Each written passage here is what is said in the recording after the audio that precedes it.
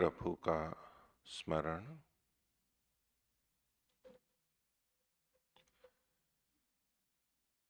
हे सर्व ज्ञानमय,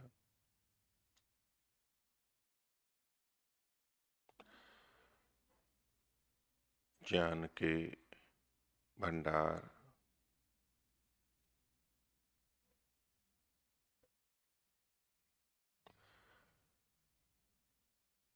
गुरुओं के भी गुरु,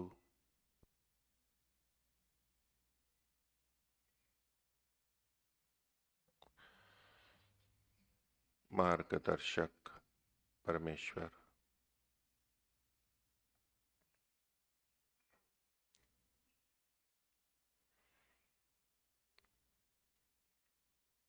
प्रणव ध्वनि।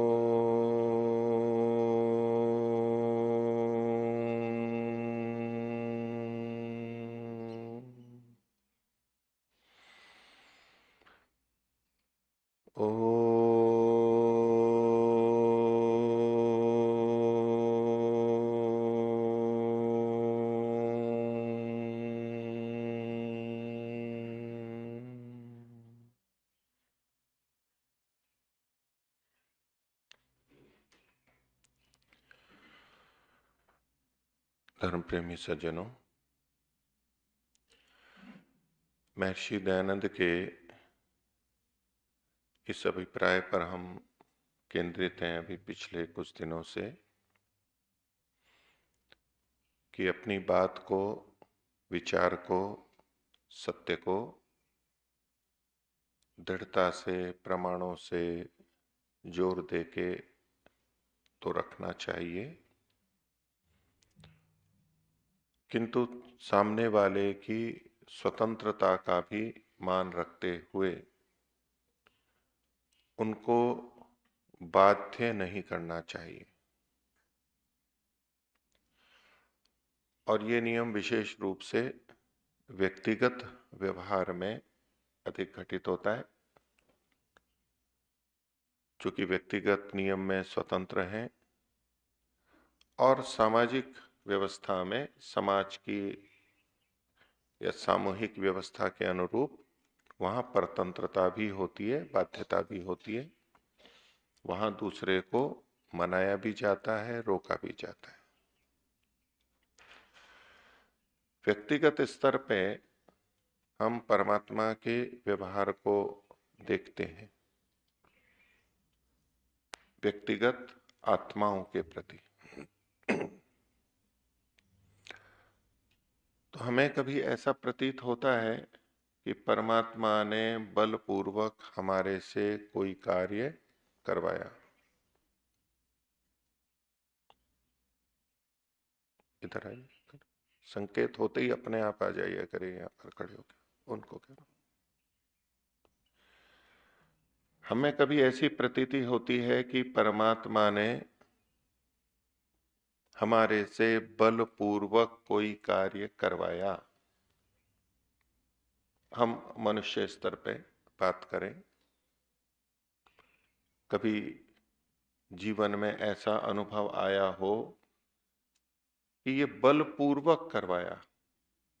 हम परमात्मा के लिए प्रेरणा की बात करते हैं, हम प्रार्थना भी करते हैं, वो तो हमारी स्वतंत्रता है, कोई प्रार्थना नहीं भी करते कि ईश्वर हमारी बुद्धि को उत्तम गुण कर्म स्वभाव में प्रेरित कीजिए। धियो यो नः प्रचोदयात् दुरितानि परासुव यद भद्रम न आसुव इत्यादि जो हम कहते हैं, ये हट जाए, ये प्रार्थना हम करते हैं इच्छा से।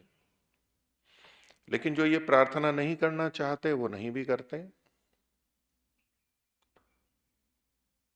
तो दोनों ही स्थितियों में, दोनों ही प्रकार के मनुष्यों में हम मनुष्य मात्र के लिए जब बात करें तो क्या हमें कभी ऐसा प्रतीत होता है कि परमात्मा ने हमें बलपूर्वक कोई कार्य करवाया हो? क्योंकि परमात्मा का और हमारा अभी व्यक्तिगत संबंध है, उस दृष्टि से कह रहा हूं। समाज की दृष्टि से तो परमात्मा ने विधान किया है, राजा को, प्रशासक को, अधार्मिकों को बांधना चाहिए, यानी राजा अधार्मिकों को बंद करे, दंड दे, नियमित करे, वो व्यवस्था तो दी है परमात्मा ने। भले ही वो राजा या प्रशासकों के माध्यम से करने की बात है, लेकिन वो परमात्मा की ओर से ही है, सामाजिक दृष्टि से तो है। व्यक्तिगत जीवन में कि हम व्यक्तिगत रूप से क्या करें, इसमें कोई बाध्यता हमें कभी जीवन में अनुभव हुई? क्योंकि हम तो ईश्वर को मानते हैं, तो क्या कभी ऐसा अनुभव हुआ किसी को? होता है? बोलिए। बाध्यता, हाँ। माइक दीजिए, एक ये दूसरा दीजिए। हाँ।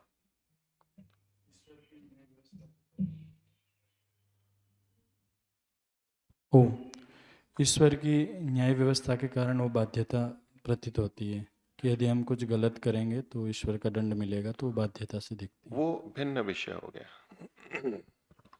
कर्म करने में हमें, आपका कहना है कि कुछ बाध्यता लगती है क्योंकि न्याय व्यवस्था से परमात्मा ने जैसा भी हमारे को परिवेश दिया या तो शरीर आदि दिए, उसमें बाध्यता होती है, कर्मफल व्यवस्था है। वो तो हम पहले कर चुके हैं किसी दूसरे के प्रति अच्छा या बुरा व्यवहार, उसके अनुरूप परमात्मा ने दिया है।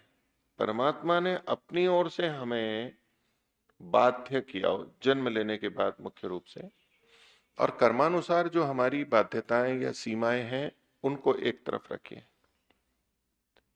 कर्म करने में, जब हम मनुष्य को कर्म करने में स्वतंत्र कहते हैं, स्वतंत्र है और हम करते भी हैं, व्यक्तिगत रूप से बात कर रहा हूं, तो सामाजिक रूप से तो वो कुछ बंधन नियमन होते हैं क्योंकि उससे दूसरों को बाधा होती है, इसलिए वो किए जाते हैं।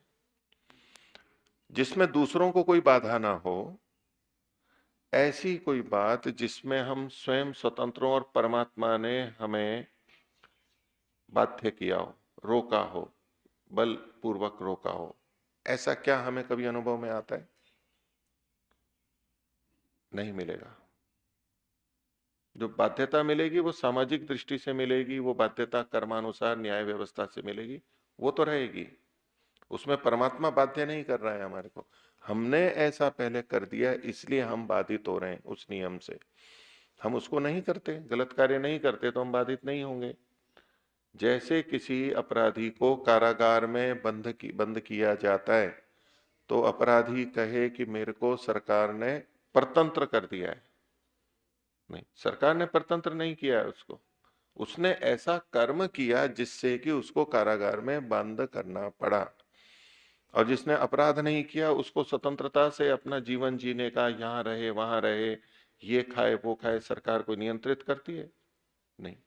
कहां रहे? तो अपनी जगह पे रहे। वहां भी अगर दूसरे की भूमि पे रहेगा या अधिग्रहण करेगा, हथियाएगा, तब तो बाधित करेंगे, लेकिन वैसे तो कोई बाधा नहीं है ना। तो जो कर्मफल व्यवस्था से हमें बाध्यता प्रतीत होती है परमात्मा की ओर से, वो तो हमारा ही किया हुआ है, इसलिए वो बाध्यता है, उसकी तरफ से बाध्यता नहीं है ये, हम उसमें कारण है स्वयं। वो तो व्यवस्था के लिए आवश्यक है, अन्यों की स्वतंत्रता की रक्षा के लिए, सुख शांति की रक्षा के लिए अपराधी का नियमन आवश्यक है, वो उसमें तो बाध्य करेगा परमात्मा। हम मनुष्य से भिन्न प्राणियों की दृष्टि से भी बात करें, हम मनुष्य को कर्म करने में स्वतंत्र स्वीकार करते हैं, और अन्य जो शरीर हैं वो कर्म करने में स्वतंत्र हैं या नहीं है? तो हम प्रथम दृष्टया जो सिद्धांत बोलते हैं, समझते हैं, वो क्या है कि वो कर्म करने में स्वतंत्र नहीं है। मनुष्य कर्म करने में स्वतंत्र है। मनुष्य शरीर में हम कर्म भी करते हैं और फल भी भोगते हैं, और अन्य शरीरों में वो कर्म करने में स्वतंत्र नहीं है, वो तो फल भोगने में परतंत्र है। ये हम प्रथम दृष्टया देखते हैं, और अपनी जगह पे ये बात ठीक है विशेष संदर्भ में। लेकिन इसको हम दूसरी दृष्टि से देखें। अब हम स्वयं तो मनुष्य हैं, हम अन्य प्राणी तो अभी हैं नहीं। हम स्वयं होते और फिर मैं पूछता किसी गाय भैंस घोड़े को कि भाई आप स्वतंत्र हैं या परतंत्र हैं, तब तो ठीक है, अभी की तरह उत्तर दे सकते थे। न तो वो समझते, और वो बोलते तो मैं नहीं समझता या हम नहीं समझते मनुष्य। लेकिन हम अवलोकन करें अन्य पशु पक्षियों का, उनके जो अपने सामान्य व्यक्तिगत जीवन की बात है। चिड़िया यहां से उड़ करके वहां जाती है, इस डाली पे बैठती है, इस फल को खाती है, इसको नहीं खाती। गायें भैंसें बकरियां चर रही हैं, इस घास को खाती हैं, ये वहां खा रही है, वो वहां खा रही है। ये सब क्या बिल्कुल निर्धारित और नियमित है कि आपको यही घास खानी है, इसी जगह की खानी है, आपको यहीं चलना है, वो इधर या इधर जा सकते हैं, नहीं जा सकते हैं? हम स्वयं अभी वहां नहीं है, इसलिए हम कह नहीं सकते। हम अपना तो कह सकते हैं मनुष्य जीवन का, लेकिन उनके लिए हम सीधे नहीं कह सकते। किंतु हमारा अवलोकन क्या कहता है? क्या हम ये समझते हैं कि सब कुछ बंधा बंधाया है, कि इतर प्राणी कर्म करने में स्वतंत्र नहीं है? इस सिद्धांत के अनुसार तो कर्म यानी तो कुछ भी, एक पैर भी इधर से उधर गया या एक पलक भी झपकी या पूंछ भी हिलाई, उस सब में वे परतंत्र हैं। क्या ऐसा हमें प्रतीत होता है? ऐसा नहीं होता,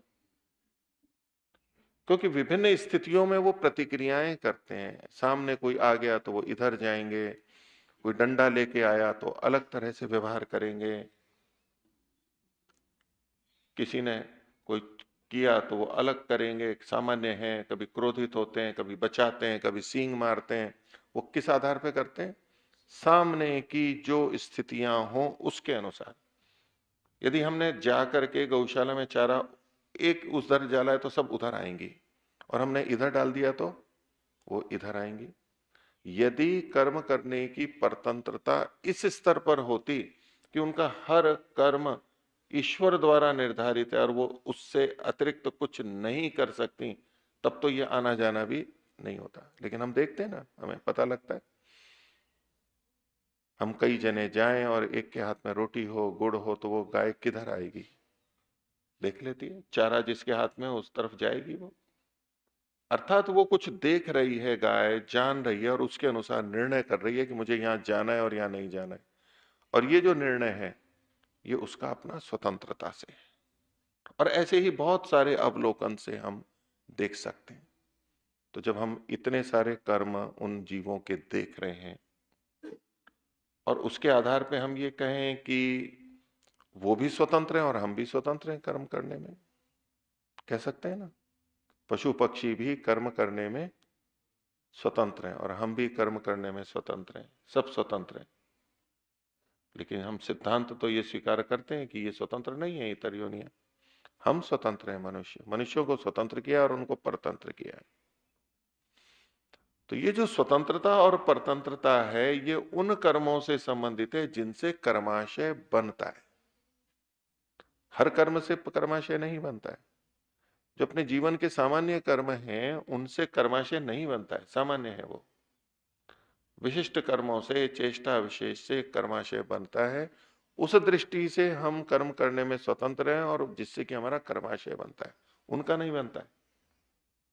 वहां जो कर्म की स्वतंत्रता है वो सामान्य स्वतंत्रता है। तो वो कर्म की स्वतंत्रता वहां स्वीकार कर रहे हैं किसी विशेष संदर्भ में। अब उस दृष्टि से मैं बात कर रहा हूं कि परमात्मा मनुष्य ही नहीं, अन्य प्राणियों को भी अपने इन व्यक्तिगत कर्मों को करने में नियंत्रित नहीं करता है, बाधित नहीं करता है। स्थिति परिस्थिति अनुसार वो जितना खाएं पिएं, घूमें बैठें, इधर जाएं उधर जाएं, इस पेड़ के नीचे बैठें, उस पेड़ के नीचे बैठें, ये सामान्य कर्म है। एक आत्मा है वहां पर भी, वहां भी इच्छा और द्वेष है, प्रीति अप्रीति है, प्रयत्न है, जो आत्मा के स्वाभाविक धर्म है। और निमित्त विशेष से वो विशेष बन जाते हैं। तो आत्मा तो वहां भी है, बुद्धि इंद्रियां जैसी जैसी है उस रूप में है वहां पर, उनकी अपनी शक्ति सामर्थ्य भिन्न है। तो उसमें परमात्मा बाधित नहीं करता है। तो जो हमारे नितांत व्यक्तिगत कर्म हैं और जिनका कर्माशय से संबंधित नहीं है, न्याय व्यवस्था से संबंध नहीं है, उसमें वो बाधित नहीं करता है परमात्मा, स्वतंत्र करता है। परमात्मा स्वयं अपने आप में स्वतंत्र है। हम परमात्मा को बाधित नहीं कर सकते, हमारी तो शक्ति सामर्थ्य भी नहीं है। लेकिन परमात्मा की तरह हम भी नित्य तत्व हैं, सदा से विद्यमान हैं। परमात्मा ने हमें बनाया नहीं है, उसने प्रकृति बना करके दी है। तो उतना मान वो हमारा भी रखता है और हमें चेतन स्वीकारते हुए, हमारी स्वतंत्र सत्ता मानते हुए,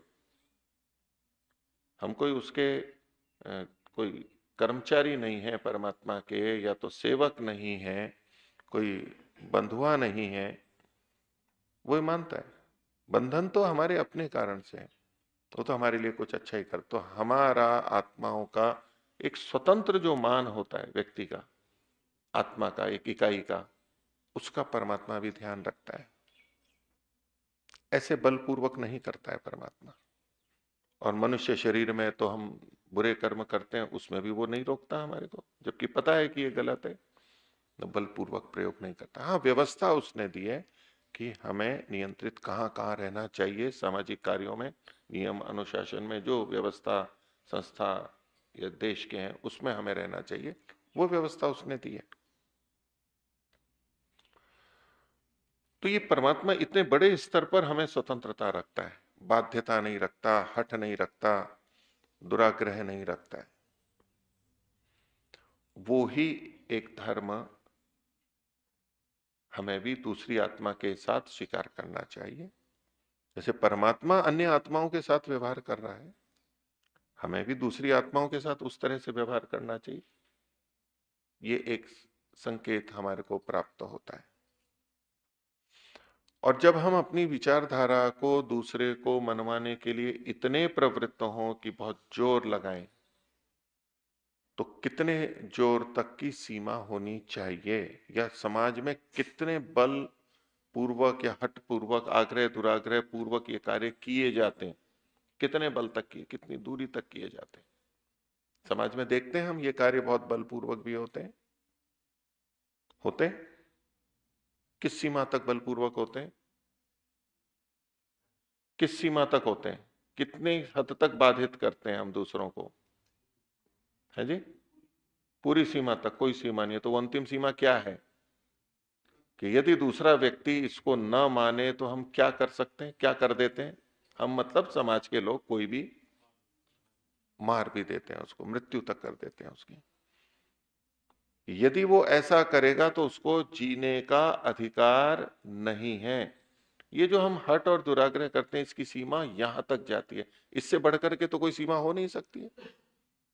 कोई तड़पा सकता है, किसी को बांध के रख सकता है कि तुम ये नहीं मानोगे तो तुम्हारे को रस्सियों से बांध के कोठड़ी में रखेंगे, खाना नहीं देंगे, मारेंगे, तड़पाएंगे, और अधिकतम करेगा तो मार देंगे, जिंदा भी रहने का अधिकार नहीं। वो सहन नहीं हो रहा है। समाज के अंदर, विश्व में एक ज्वलंत प्रश्न है, ईश्वर की निंदा किसी ने की, जो वास्तविक ईश्वर हैं, जैसे ईश्वर पे तो कोई अंतर नहीं आता, लेकिन हमें ऐसा प्रतीत होता है। तो जिनके जिन जिन को जिस जिस रूप में भी ईश्वर स्वीकार करते हैं, अथवा उनके दूत मानते हैं, अथवा तो महापुरुष मानते हैं, अवतारी पुरुष मानते हैं, कुछ विशिष्ट पुस्तकें हैं, उनकी निंदा कर दी जाए तो क्या होता है, क्या क्या हो सकता है, क्या क्या हो सकता है? प्रत्यक्ष अभी समाज में चल रहा है, ज्वलंत प्रश्न है। कोई कुछ भी नहीं कहेगा, ठीक है, कुछ वर्ग ऐसे भी हैं, कुछ केवल गुस्सा करके रह जाएंगे, उसको रोकेंगे, उसका खंडन करेंगे, और कुछ उसको दंड देंगे। राज्यों में, राष्ट्रों में भी दंड का विधान है संविधान में कुछ जगह। यदि आप ईश निंदा का एक नियम होता है, कानून है, ब्लास्फेमी बोलते हैं, कि अगर ईश निंदा की तो आपको जेल में रख सकते हैं, आपको मृत्यु दंड दिया जा सकता है। सरकार संविधानगत है, व्यक्तिगत तो हट होता ही है। इसने ऐसा किया, इसको जीने का अधिकार नहीं है। ये सीमा पे कि इसने गलत किया है। हाँ, सामाजिक दृष्टि से जो गलत है, वहां नियम व्यवस्था दंड वो है, मैं उसको नहीं छेड़ रहा हूं अभी, वो अपनी जगह जो उचित है वो ठीक है, वो भी अनुचित हो तो वो भी नहीं होना चाहिए। किंतु हम अपने विचार को, किसी व्यक्ति के विचार को, समुदाय के पूरे वर्ग के विचार को दूसरे को भी बाधित करें, इसके लिए इस सीमा तक जाया जा सकता है, जाया जाता है। न केवल व्यक्ति की और उससे जुड़े हुए व्यक्तियों की, पूरे समुदाय की, पूरे परिवार की, उसको या तो भगा देंगे, उसको मार देंगे। इस तरह के विचार कर पाए ना कर पाए, ऐसे विचार रहते हैं, और जहां अवसर होता है ऐसा करते हैं। ये हठ की सीमा, दुराग्रह की सीमा वहां तक जा सकती है। लेकिन दूसरा वर्ग है जो वो कहता है कि नहीं, इस विषय में दंड नहीं होना चाहिए। आपको जो मानना है मानिए, दूसरा जो मानता है उसमें आप कोई ऐसा उसके जीवन में कोई हस्तक्षेप नहीं करेंगे। आपको जैसा मानना मानिए, आपको जो कहना है कहिए, दूसरे को भी अपना अधिकार है जीवन जीने का। मैं ईश्वर के बारे में ये मानूं नहीं मानूं, ऐसा कहूं, इस पुस्तक को मानो नहीं मानो, इत्यादि इत्यादि। तो ये जो विषय है कि दूसरे को आग्रह करें या ना करें, और करें तो कितनी सीमाएं, तो व्यक्ति और समुदाय के स्तर पर ये आग्रह हट किए जाते हैं, नहीं भी किए जाते हैं, और उनके प्रभावों, दुष्प्रभावों से, परिणामों से आज का समाज, राष्ट्र जुड़ा हुआ है, दो चार हो रहा है, उससे प्रभावित है, व्यापक रूप से प्रभावित है। ये इतना बड़ा बिंदु है। ऐसे में एक व्यवस्था, सीमा होनी चाहिए। कितनी सीमा होनी चाहिए, कितना हट कर सकते हैं, कितना दुराग्रह कर सकते हैं, कितना जोर दे सकते हैं, उसकी कोई सीमा होनी चाहिए ना। दूसरे को हम कितना कह सकते हैं। तो इस बिंदु पे ही हमने इतने दिनों विचार किया। और जिनका किसी का प्रश्न है पूछिए। ओम नमस्ते मुनि जी।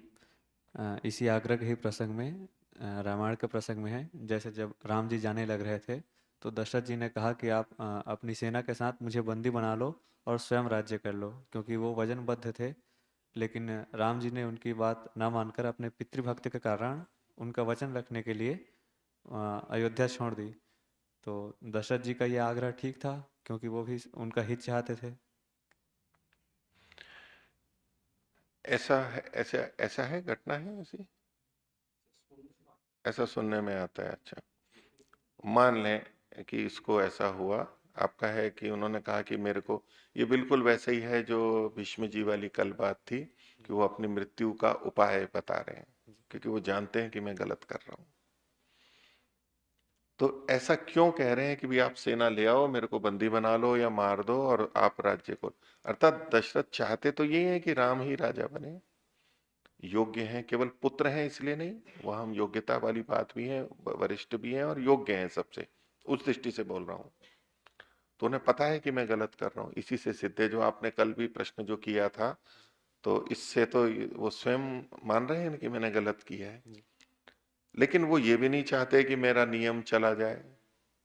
तो अब ये द्वंद्व में फंसा, इसे तो अंतर्द्वंद बोलते हैं, कि एक तरफ वो वचन को पालन करने के लिए बोल रहे हैं, प्रकट कर रहे हैं, और दूसरी तरफ ये भी कर रहे हैं कि ये वचन किसी तरह से न पाला जाए। तो वचन पाल रहे हैं या नहीं पाल रहे हैं, वो तो पाल यही रहे तो हैं। दोहरा व्यवहार होता है व्यक्ति का। मैं गलत अर्थों में नहीं बोल रहा हूं यहाँ कि दशरथ जी गलत कर रहे हैं, ये निर्णय नहीं दे रहा हूं, ये नहीं बता रहा हूं, लेकिन मैं ये कह रहा हूं कैसे दोहरा व्यवहार होता है। ये दोहरा ही तो व्यवहार है, कि यदि हमें वचन की इतनी चिंता है और हम उसके लिए इतना सब कर सकते हैं, तो ठीक है, पालन करें ना उसको। फिर ये उपाय क्यों बता रहे हैं कि ये मेरा वचन भंग हो जाए, आप मेरे को उपाय बता रहे हैं दूसरे को, ऐसा उचित है नहीं, व्यवहार उचित है। राम राजा बने ये विचार या भावना तो ठीक है, लेकिन उसके लिए जो उपाय कर रहे हैं वो गलत रीति है। वो सीधा कहते हैं कि मैं ये नियम नहीं मानता, जैसे हमारी पीछे बात हुई, भाई ये वचन, कैकई को दिया वचन राज्य राष्ट्र के लिए ठीक नहीं है, इसलिए मैं नहीं मानता। इस तरह स्वयं अपना दायित्व ले ना, क्यों राम के माध्यम से परोक्ष रूप से स्वयं क्यों नहीं कहना चाह रहे हैं। ये दोहरे व्यवहार हो जाते हैं जीवन में हमारे, कि ये भी और वो भी चाहते ये हैं, लेकिन दिखा ये रहे हैं, कर ये रहे हैं। ऐसा नहीं होना चाहिए। तो अपने यहां क्या सिद्धांत है? मनस्येकम, वचस्येकम, कर्मण्येकम, महात्मना। मनस्यन्यत, वचस्यन्यत, कर्मण्यन्यत, दुरात्मना। दो विभाग कर दिए ना। अब ये जो घटना या स्थिति आपने बताई, इसको सत्य मानते हुए हम बोले तो यहां पर मन में और कर्म में भिन्नता हो गई, भिन्नता हो गई ना। बुरे कर्मों की दृष्टि से नहीं है कि हमारे मन में चोरी का विचार आया तो हमें चोरी करनी ही चाहिए, नहीं तो मन में कुछ और कर्म में कुछ हो जाएगा। उस संदर्भ के लिए नहीं है ये बात कि मन में बुरी बात आई और तब तो हमें बुरी बात करनी ही चाहिए, नहीं तो हम दुष्ट हो जाएंगे, इसलिए हम चोरी मन में आया और चोरी करें तो हम क्या बन जाएंगे? महात्मा बन जाएंगे। ये संदर्भ नहीं है इसका, ऐसे नहीं सोचना कि जो एक तरफ मैं ये कह रहा हूं कि मैं वचन का पालन कर रहा हूं, एक तरफ मैं उसी वचन को तोड़वाने के लिए प्रयास कर रहा हूं, ये दोहरापन हो गया। सीधे से कह देते हैं स्पष्टता से, उनको स्वीकार नहीं है वो वचन लेना कि भी मैं वचन को नहीं। अब वो जो दोष आता है वचन तोड़ने का, उसको सहन करें, कोई बात नहीं, उसका उत्तर दें कि नहीं मैंने इस कारण से वचन तोड़ा है, वो रास्ता सबसे अच्छा होता है। ठीक है। अब रामचंद्र जी ने भी जो सोच के कहा होगा, तो दोनों बातें हो सकती है। वो सोचते होंगे कि भी पिता की गरिमा जाएगी, उनका वचन जाएगा, कि पिता ने अंततः तो पता लगेगा कि दशरथ ने ऐसा करवाया, तो फिर उनका वचन का कोई मतलब नहीं रहा। और वो कहते हैं कि नहीं, पिता पे विश्वास करके कि आपने ऐसा कहा है तो बस अब मैं मानूंगा। तो अनेक बार हम पितृभक्ति में, मातृभक्ति में, गुरु भक्ति में कुछ ऐसी बातों को भावनात्मक रूप से कर लेते हैं जो कि समाज और राष्ट्र के लिए हितकर नहीं होती है। वो कर सकते थे, श्री रामचंद्र जी अगर ऐसा करते तो कोई आपत्ति नहीं थी देश राष्ट्र के लिए। कोई कह सकता है कि नहीं ये तो राज्य के लोग ही हैं, इनको जाना चाहिए, पिता भक्ति नहीं है, भाई के प्रति प्रेम नहीं है, तो कर सकते थे वो। लेकिन साथ में उन्हें यह भी पता था कि भरत भी कम नहीं थे, वो भी धर्मात्मा थे, वो भी अच्छे थे, कोई दुष्ट नहीं थे कि वो मैं नहीं होऊंगा तो कोई राज्य का हानि हो जाएगी, ऐसा नहीं है। राम के न होने पे राज्य की कोई हानि हुई थी क्या? ऐसा कुछ सुनने में आता है घटनाओं में? हाँ, इधर कुछ कुछ होता है वो है। अब भरत स्वयं सिंहासन पे बैठे नहीं बैठे, खड़ा हो रखी, नीचे सोए करे, वो एक भिन्न बात है। लेकिन क्या भरत ने राज्य का शासन नहीं किया? तो श्री रामचंद्र जी को यह भी तो पता होगा ना कि इधर पिताजी का वचन भी मेरे को पालन करना है। कोई बात नहीं, मैं जंगल में तपस्या कर लूंगा, मेरे जीवन का जो लक्ष्य है मैं वहां कर लूंगा, और राज्य की कोई हानि नहीं हो रही है, क्योंकि भरत भी योग्य हैं, श्रेष्ठ हैं, वो राज्य का हित ही करेंगे। भरत के द्वारा कोई गलत कार्य किया गया है? कोई एक उदाहरण आता है क्या? तो श्री रामचंद्र जी ये जानते होंगे, तो उनके इस निर्णय में यद्यपि वो योग्य थे, वो बन सकते थे, पर लेकिन मेरे बनने में कुछ नहीं है, राज्य तो फिर भी अच्छा ही चलेगा, कोई विशेष अंतर नहीं आएगा, ऐसे में स्वीकार भी कर सकते हैं। तो आज का विषय इतना ही रखते हैं। शांति पाठ। ओ